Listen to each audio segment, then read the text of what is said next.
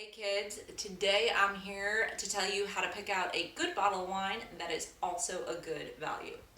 There are three things that you want to keep in mind. Is it a good price point for the region?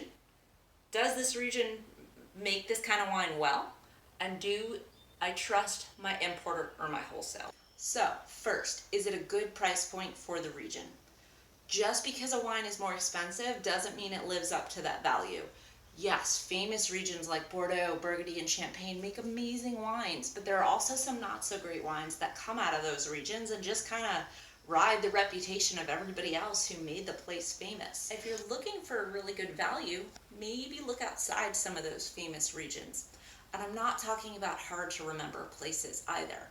So for France, maybe instead of Burgundy or Bordeaux, look to the Loire, or other countries in Europe like Portugal, Greece, or even the Southern Hemisphere, South Africa, New Zealand, South America, all have long histories of making really great wines for really great value. Second question to ask yourself, does this type of wine do well in this region?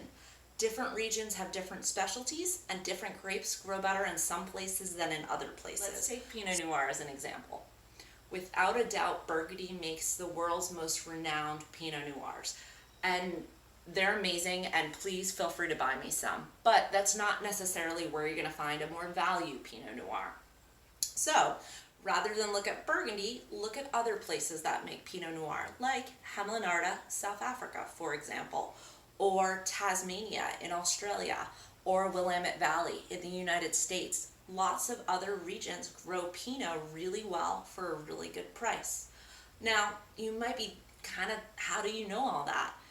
It's not really that hard. If you have wines that you already like, just take 5 minutes and look up where they grow well.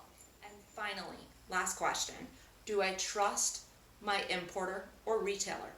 Quality importers and retailers work hard to build a portfolio that's consistent and that's quality.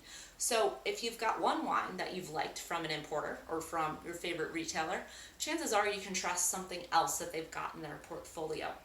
So next time you have a wine that you really like, turn the bottle around and look and see who imports it. Chances are it's worth giving another one of their wines a try. All right, so you are now experts at picking out a bottle of wine. If you get lost, just ask yourself these three questions.